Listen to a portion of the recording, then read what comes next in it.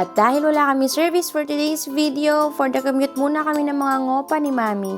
Ayun, mahigit 2 hours din yung biyahe namin from Naga City to faraway island Char. Pero in fairness, ang babait ng mga yan, si Coco, apaka-feel at home lang palagi. Panay tulog sa biyahe, puyat yarn. Si Bio naman, panay bantay pa rin. Apaka-protective, akala mo naman may magnanakaw sa mami niya. Hay nako nak, baka ikaw pa manakaw sa akin talaga. Kaya kahit ako, di rin natutulog ba't baka kasi pagising ko wala na yung mga cute na panguna to. Nako, magwawala talaga ako. Apakabihib pa naman ng mga yan. Panay pa cute sa labas, pero subukan mong pumunta sa teritoryo nila. Nako, malayo ka pa lang, kakaulang ka na.